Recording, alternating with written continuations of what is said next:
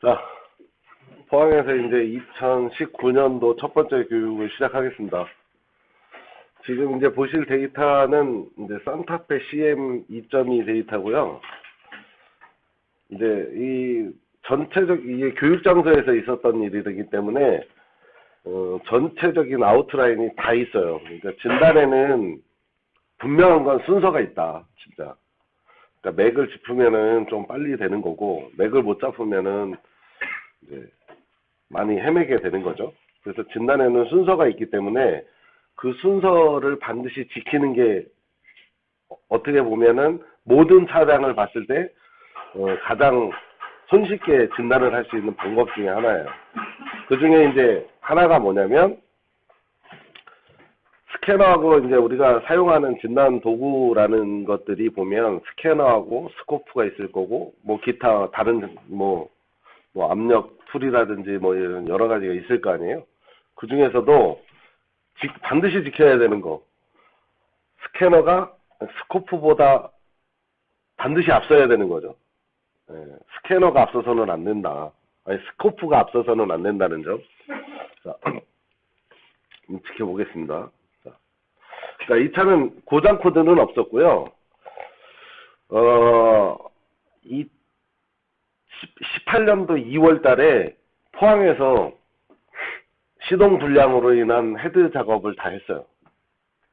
가열 플러그까지 작업을 해가지고 가열 플러그가 중간에 부러졌다고 연락이 와서 그 가열 플러그 때문에 헤드를 내려야 된다. 교환해야 된다. 그래서 오케이. 그래서 교환을 했어요. 그리고 그러면서 인젝터까지 다 수리를 한 상태인데 그게 이제 8월 달부터 검사가 8월 달인가 그랬는데 매연 46%로 계속 빠꾸를 맞는 거예요. 그러니까 이게 포항에서 작업을 했지만, 그러니까 포항에는 출장지고 주로 거주지가 이제 문산이다 보니까 문산에 이제 우리 회원업소로 들어왔는데 거기에 이제 우리 장비가 들어가면서 그럼 이 차가 좀 골치 아팠나 보더라고요. 보니까 원인이 안 나오니까 당신 자체도 좀 뭔가 좀 명쾌함을 얻고 싶고 그래서 제가 그랬죠. 그냥 장비 어차피 들여놓으시려고 했었고 그 시간에 맞춰갖고 차를 갖다 놓으면 안 될까 그래갖고 이 차를 그날 제가 2대를 본 것 같아요. 그래서 자, 첫 번째는 고장 코드를 없었어요. 제가 봤을 때는. 그 다음에 두 번째 이제 검사 모드 진행한 게 아이들 속도 비교 테스트란 말이에요. 아이들 속도 비교 테스트. 자, 아이들 속도 비교 테스트하고, 자, 분사 보정 목표랑 비교 테스트를 먼저 했죠. 자, 근데, 열어보자고요, 일단. 하나 열고요. 그 다음에, 두 번째 것도 열어서,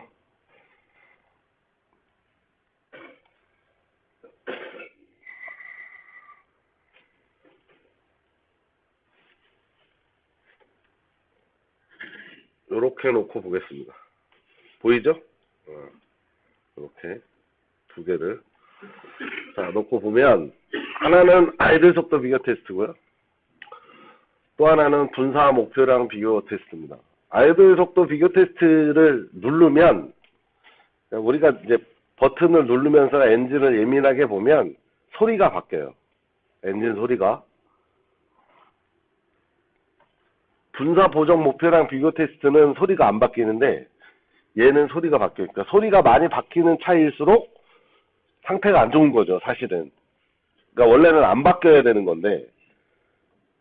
자, 아이들 속도 비교 테스트는 기본적으로 테스트하는 이제 과정을 설명을 드리면 우리가 이 버튼을 누르고 검사를 실행하게 되면 ECU는 기본 분사량으로 제어를 하게 돼요. 그러니까 우리가 보고 있는 연료 분사량이라는 거는 기본적으로 기본 분사량에다가 플러스 학습량을 플러스 한 거예요. 그렇게 이제 ECU가 엔진을 운영을 하다가 이 검사 모드에 들어가 되면 기본 분사량만 딱 분사를 해놓고 각 실린더의 RPM 변화를 보는 거예요. 얘는. 자, 그런데 이런 거죠. 모든 프로그램은 학습을 될 수 있으면 안 하는 방향으로 프로그램을 진행합니다. 왜 그러냐면 시동 딱 걸어놓고 기본값으로 하다가 학습하는 동안까지 걸리는 시간이 길어버리면 차가 안정화가 안 되잖아요. 그러니까 매핑값으로는 최대한의 엔진이 기본 분사량으로 안정화되게 하고 차라리 학습이 0이라도, 그죠? 학습을 안 한 상태로 프로그램을 하게끔 설계를 한단 말이에요. 그게 맞는 방법이죠. 거기서 이제 오차값이 생기면 플러스 보정을 하든지 마이너스 보정을 하는 건데, 지금 아이들 속도 비교 테스트를 하게 되면 기본 분상으로 분사를 해놓고 엔진 각 실린더별로 엔진 회전수의 변화량을 보는 거거든요. 그러면은 각 실린더의 엔진 회전수를 보면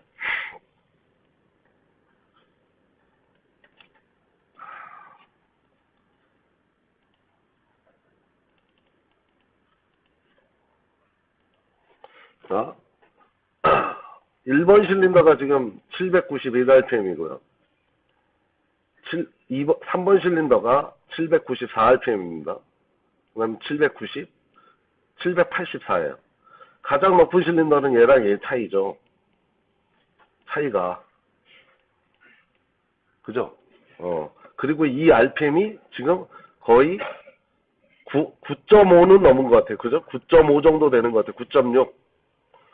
RPM 편차를 보이고 있고, 정상적인 범위는 여기 이제 보면은 보편적으로 여기 5rpm까지 해놨는데요. 대략적으로. 5rpm까지 해놨는데, 어저께 보셨을지 몰라도 그냥 여기 바닥에 깔려 있습니다. 그냥.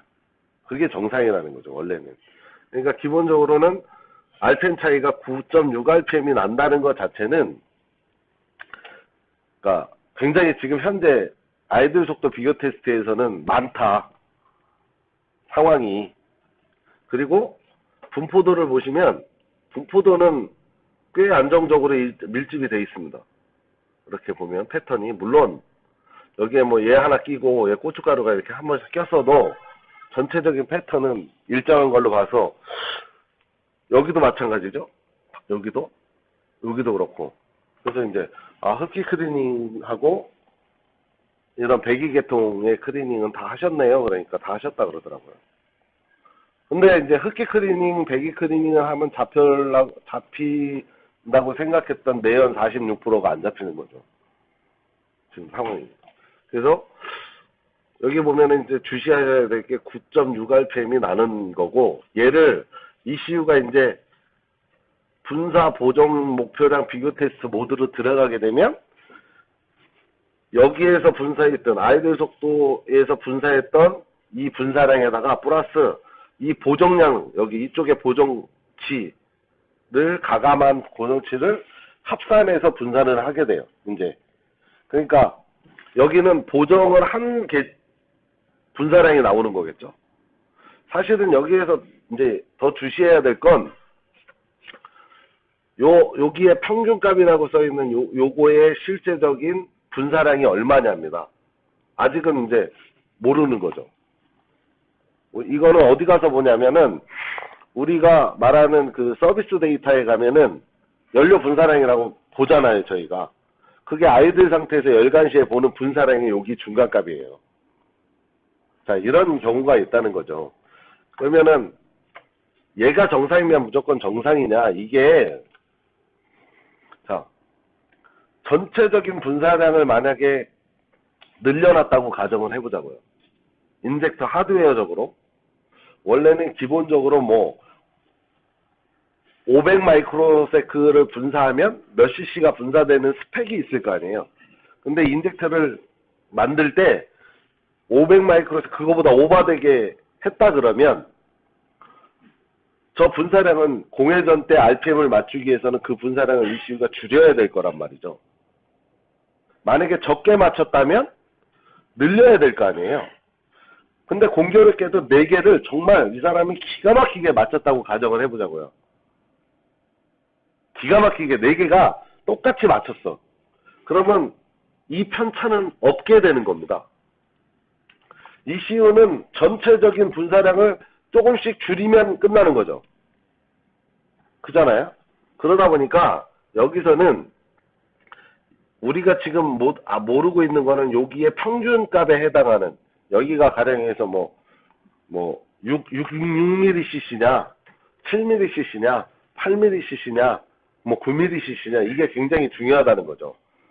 예? 그러니까 요걸 보고, 요걸 감안해서 보고 이따가 저기 들어가서 우리가 서비스 데이터 볼 때 그 분사량을 보면 전체적인 분사량이 늘려 있다, 줄어 있다, 이런 것들이 나오겠죠. 지금으로 봐서는 요 아이들 속도 비교 테스트, 분사 보정량 목표량 비교 테스트, 압축 함량 테스트는 어저께도 말씀드렸다시피 엔진 회전수를 갖고 감지를 해요.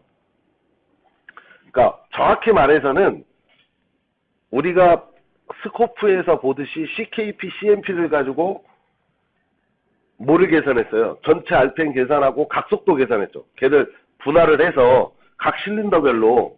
그래갖고 왜 우리 파워 바란스 보면 이쪽에 CKP 잘라가면서 게 나오고 이쪽에서 바그래프를 그리는, 그게 각속도 계산한 거거든요. 그렇게 읽는다는 거죠. 얘를 가지고. 거기에 함수는 다시 말씀드리지만 일단 가장 중요한 게 엔진 하드웨어적인 문제예요. 그래서 이 검사 밑에 원래 이 검사보다 앞서서 압축압력 검사를 하게 되는 거예요. 그죠?